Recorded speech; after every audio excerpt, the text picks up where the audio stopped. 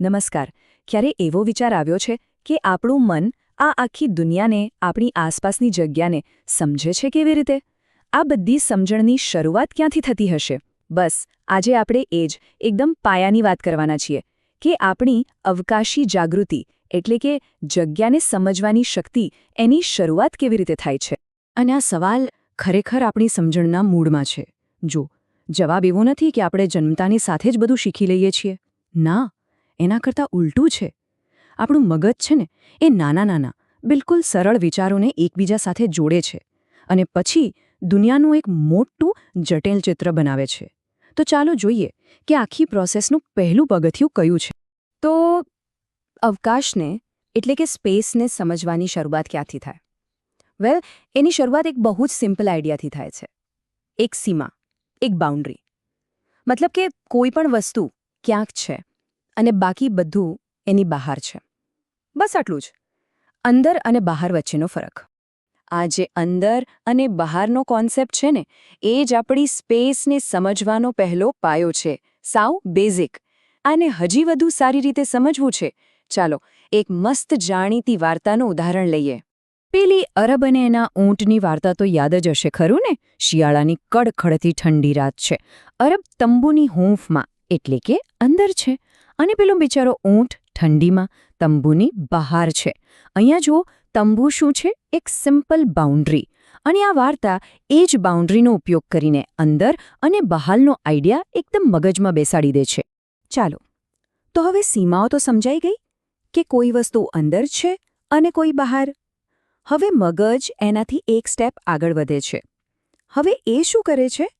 એ સીમાની અંદર રહેલી વસ્તુઓના કદને એટલે કે સાઇઝને કમ્પેર કરવાનું શરૂ કરે છે.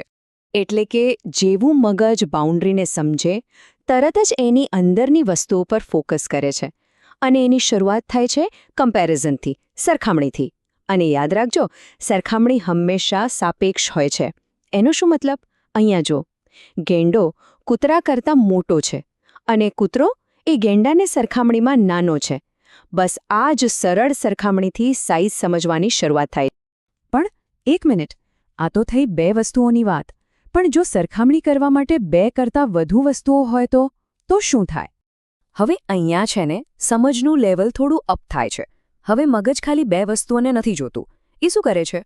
એ આખા ગ્રુપને જુએ છે અને ગ્રુપમાં રહેલી દરેક વસ્તુને બીજી દરેક વસ્તુ સાથે સરખાવે છે. માની લો કે 3 ઝાડ છે, તો મગજ જોશે અને વિચારશે, આ 3માંથી કયું ઝાડ બીજા બધા કરતાં ઊંચું છે? ઓકે, તો એ થયું સૌથી મોટું. અને કયું ઝાડ બીજા બધા કરતાં નાનું છે? એ થયું સૌથી નાનું. બસ આ રીતે મલ્ટિપલ વસ્તુઓને સરખાવવાની સ્કિલ ડેવલપ થાય છે. સારું, તો આપણે સાઇઝની વાત કરી. હવે આ સફરમાં આગળ વધીએ. હવે વાત આવે છે પોઝિશનની. એટલે કે વસ્તુઓ એકબીજાની સરખામણીમાં ક્યાં છે એ સમજવાની. અને આની શરૂઆત થાય છે વર્ટિકલ સ્પેસથી, એટલે કે ઉપર નીચેની સમજથી. વિચારો, રમતના મેદાનમાં લપસણી છે. એક બાળક સીડી ચડી રહ્યું છે અને બીજું લપસીને નીચે આવી ગયું છે. તો સવાલ એ છે કે ટોચ પર એટલે કે ઉપર કોણ છે? સિમ્પલ છે નહીં? જે બાળક સીડી પાસે છે એ ઉપર છે અને જે લપસણીના છેડે છે એ નીચે છે. આ જ છે ઊભી ગોઠવણમાં પોઝિશન સમજવાની શરૂઆત. પણ અહીંયા એક નાનકડો પણ બહુ જ ઇમ્પોર્ટન્ટ તફાવત છે, એ સમજવો જરૂરી છે. ઉપર અને નીચે શબ્દના છે ને બે અલગ અલગ મતલબ નીકળી શકે. એક તો પોઝિશન બતાવવા માટે, જેમ કે ઝાડની ટોચ અને ઝાડનું તળિયું. અને બીજો મતલબ છે કોઈ સપાટી સાથેના કોન્ટેક્ટ માટે. કન્ફ્યુઝિંગ લાગે છે? ચાલો એક ઉદાહરણ જોઈએ, બધું ક્લિયર થઈ જશે. જુઓ આ ચિત્ર. પુસ્તક ક્યાં છે? ટેબલ પર. કેમ? કારણ કે ટેબલની સપાટીને અડીને છે. હવે ઉંદર ક્યાં છે? એ ટેબલની નીચે છે, નીચેની જગ્યામાં. પણ હવે પંખાને જુઓ. પંખો ક્યાં છે? એ પણ ઉપર જ છે, પણ એ ટેબલને અડતો નથી. એ હવામાં છે, એટલે આપણે કહીશું કે પંખો ઉપર લટકી રહ્યો છે. આ જ ફરક છે પર, નીચે અને ઉપરમાં. ચાલો, તો ઉપર નીચેની વાત તો થઈ ગઈ. હવે વર્ટિકલથી હોરિઝોન્ટલ પર આવીએ, એટલે કે અંતરની વાત કરીએ, નજીક અને દૂરની. મગજ કેવી રીતે શીખે છે કે કઈ વસ્તુ નજીક છે અને કઈ દૂર? અંતર સમજવા માટે છે ને, હંમેશા એક રેફરન્સ પોઈન્ટ જોઈએ. એક એવી વસ્તુ જેની સરખામણીમાં આપણે બધું માપીએ. જેમ કે અહીં આપણો રેફરન્સ પોઈન્ટ છે ઘર. તો હવે ઘરની સરખામણીમાં પક્ષી ક્યાં છે? નજીક. અને ઝાડ એ દૂર છે. બસ આ જ છે સાપેક્ષ અંતર સમજવાનો પહેલો નિયમ. અને અહીંયા પણ પેલી મોટું બાનુંવાળી જ વાત છે. જ્યારે ગ્રુપમાં ઘણા બધા લોકો હોય તો નજીક અને દૂર બની જાય છે સૌથી નજીક અને સૌથી દૂર. અહીંયા હિંચકો આપણો રેફરન્સ પોઈન્ટ છે. તો એની સરખામણીમાં એક બાળક બીજા બધા કરતાં વધુ નજીક છે અને બીજું બાળક એ બીજા બધા કરતાં વધુ દૂર છે. ઓકે, તો આપણે જોયું કે કેવી રીતે મગજ સ્ટેપ બાય સ્ટેપ આ અવકાશના બેઝિક નિયમો શીખે છે. પણ સવાલ એ છે કે આ શીખવાની પ્રોસેસને આપણે વધુ મજેદાર અને સારી કેવી રીતે બનાવી શકીએ? ચાલો એની કેટલીક એકદમ સિમ્પલ રીતો જોઈએ. અને આના માટે કોઈ મોટી મોટી ટ્રેનિંગની જરૂર નથી હોતી. આપણી રોજિંદી પ્રવૃત્તિઓ જ ઘણી છે. જેમ કે વાર્તાની ચોપડી જોતાં જોતાં પૂછું, ચાલ બતાવ તો ડ્રેગન ક્યાં છે? કે પછી કલરિંગ કરતી વખતે આકારો અને એની બાઉન્ડ્રી વિશે વાત કરવી? અથવા સાવ સિમ્પલ રૂમમાં બેઠા બેઠા જ આસપાસની વસ્તુઓ વિશે પૂછવું? આ બધી નાની નાની રમતોથી જ સ્પેસની સમજ એકદમ નેચરલી ડેવલપ થાય છે.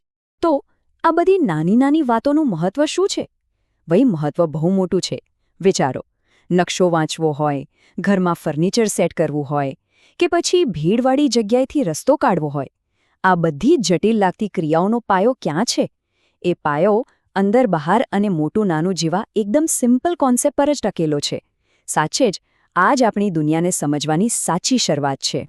આ એક મજાનો સવાલ છે જેના પર વિચાર કરી શકાય.